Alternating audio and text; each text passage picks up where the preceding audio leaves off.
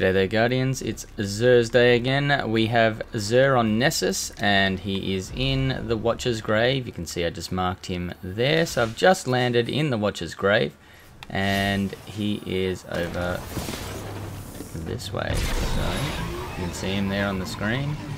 Never mind my terrible sparrow driving for the moment. Public events just spawned in. Another ether delivery incoming. This is Go always past exciting. there. And for those of you who don't like jumping up onto the tree, you can go past it like I did just there. And then swing around and run back onto the tree.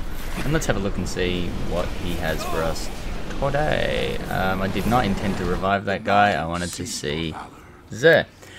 Today he's got for us the Prospector. Apparently I don't have enough space to grab it, but I do like the Prospector. It's a handy grenade launcher to have, and it can detonate all grenades at once. If you hold RT to fire all the grenades and fire them all off, because it is full auto, which I think is this one here.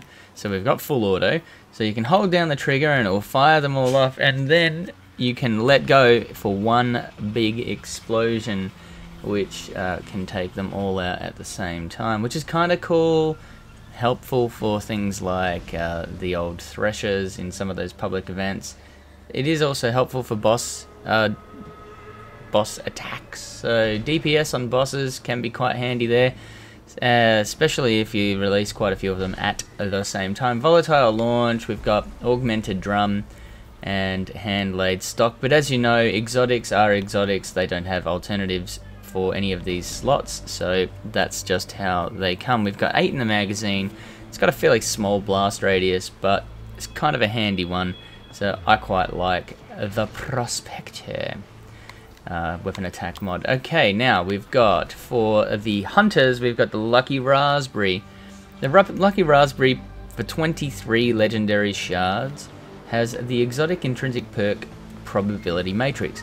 Probability Matrix gives you an increased chain ability for the arc bolt grenade, so the damage will chain from one person that it's hit to someone else nearby and increases that ability.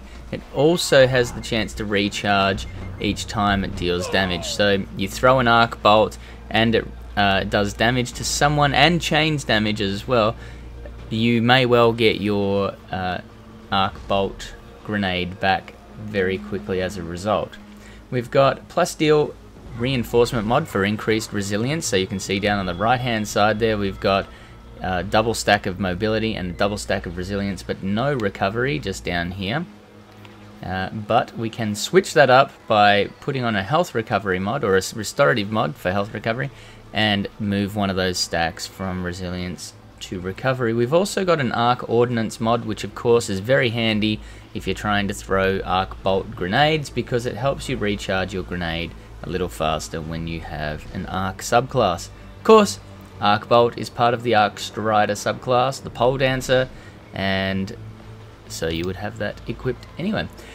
The Insurmountable Skullfort is the Titan exotic available this week, and one of my favorites within Transfusion Matrix, the intrinsic exotic perk, kills with the arc melee ability. So basically when you shoulder charge someone, if you hit a low level or low health enemy, doesn't matter whether it's a guardian or a minion of the darkness, if you hit them with that shoulder charge ability, you'll see them kind of fizzle off, fade off into the with arc energy. That will also trigger your health regen and restore your melee energy, so you immediately get the ability to activate that again. The beauty of this, in my opinion, especially if you're running Code of the Earthshaker, the top tree on your Striker subclass for your Titan, if you're running that top tree, when you get kills with that ability, then you get your grenade, and your grenade energy recharges a lot quicker for a period of time. So you can basically have permanent melee ability, permanent grenades, because you have double grenades with the Code of the Earthshaker, double pulse grenades for example, and then you can also get that energy back by meleeing using this shoulder charge type ability, Seismic Strike it's called in that part of it.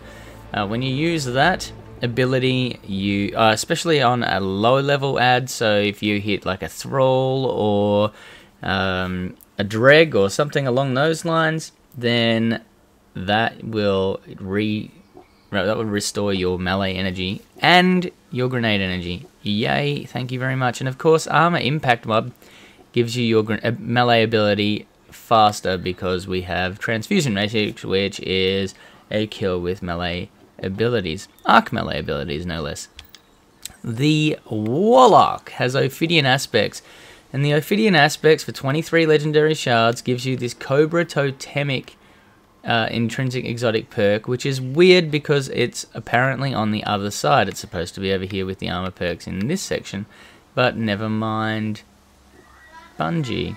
Cobra Totemic gives you your weapons ready and reload very quickly, so they are handy. They're almost immediately up and reload quite quickly as well, and your melee range is extended. I did do some testing, but I have to tell you it was some time ago and I have forgotten the range extension on this particular exotic perk, but if you know it, pop it in the comments below so that other people can see it. It's always appreciated, but it does actually do quite a bit of extended range, especially on Minions of Darkness. I didn't spend enough time in the Crucible to test it properly there.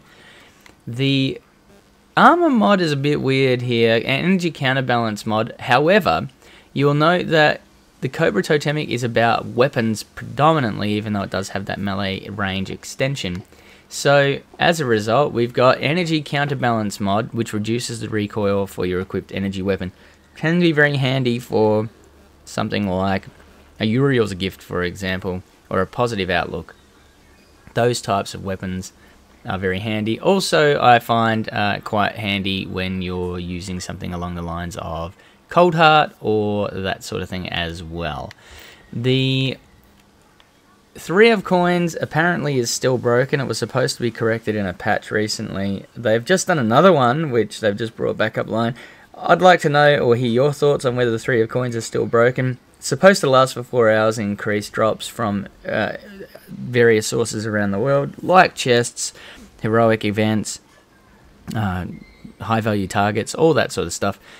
Let me know if you've experienced a change. I haven't had the chance to test it properly yet, so I can't really comment, but it was broken up until recently. Can't confirm or deny whether it wasn't, whether it was or wasn't fixed in the most recent patch a couple of days ago. And finally, we've got the Fated Engram for 97 legendary shards. Please pick this up on a character that you don't have an exotic for, because it will give you something that you don't have, but it will only give it to you on that character. So if you pick it up on a hunter and you need it on a titan, you need Mark 44 Standardides, for example, you don't have the Mark 44 Standardides or the Peacekeepers or something along those lines, then you'd pick it up on your titan, because if you pick it up on your hunter, you can't get it on your titan anymore. It's once per week per account. You can only get it once a week, full stop. So if you grab it on your Warlock, you can't get it on your Hunter. If you get it on your Hunter, you can't get it on your Titan. If you're after a weapon, well, big deal. It doesn't matter which character you grab it on. But if you do pick it up and you've got all the stuff for that particular character, you're going to get a duplicate. Don't complain. That's just how it works. I hope you got something out of this video, Guardians. If you did, please subscribe to my channel. Don't forget to like the video, give it the thumbs up. You can catch me on Twitter, Twitch, and on Instagram, BoylerRoom81. Thanks for watching, Guardians. I'll see you next time.